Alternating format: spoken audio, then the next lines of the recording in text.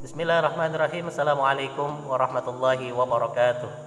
Alhamdulillahirabbil alamin. Allahumma shalli wa sallim ala sayyidina Muhammad wa ala alihi sayyidina Muhammad. Kaum muslimin dan muslimat yang insyaallah selalu dalam rahmat Allah Subhanahu wa taala. Bagaimana Islam mengajarkan kepada kita berikhtiar ketika terjadi suatu wabah penyakit. Islam mengajarkan kepada kita dan selalu senantiasa mewajibkan kepada kita untuk berikhtiar menjaga kesehatan diri kita, kesehatan keluarga kita, dan juga kesehatan orang-orang di sekitar kita.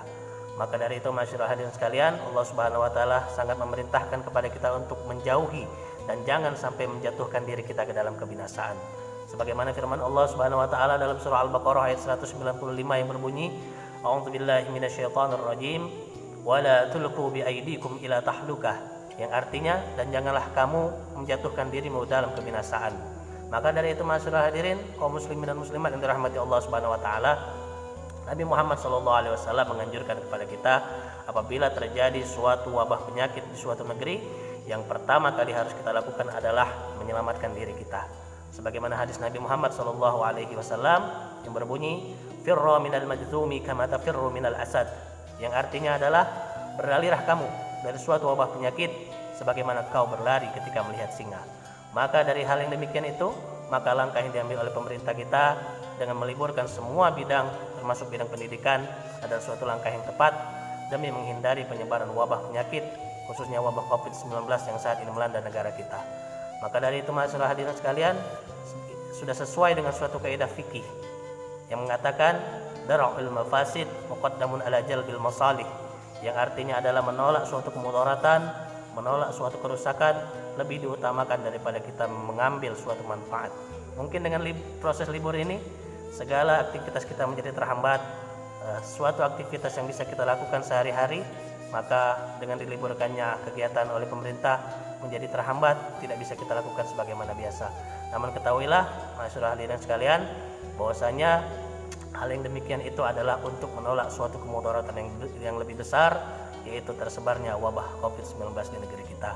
Maka dari itu, kita sebagai seorang muslim, sebagai seorang yang beriman kepada Allah Subhanahu wa taala dan Rasulnya, hendaklah selalu untuk mentaati apa yang telah diperintahkan oleh para ahli pada saat ini untuk menjaga agar jangan sampai wabah tersebut tersebar.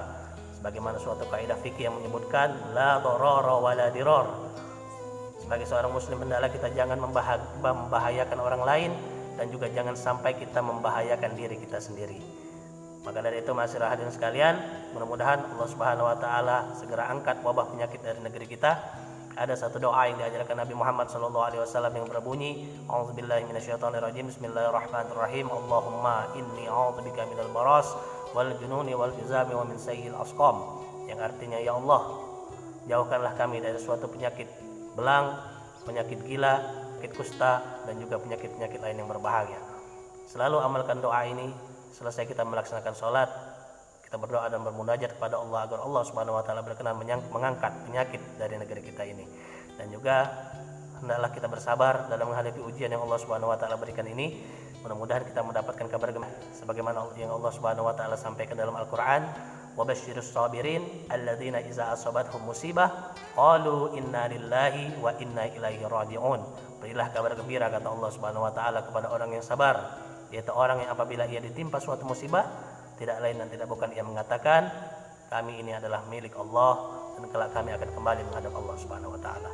Mudah-mudahan bermanfaat bagi kita semua. Hadanallahu wa iyyakum ajma'in wal afu minkum billahi taufiq wal hidayah. Assalamualaikum warahmatullahi wabarakatuh.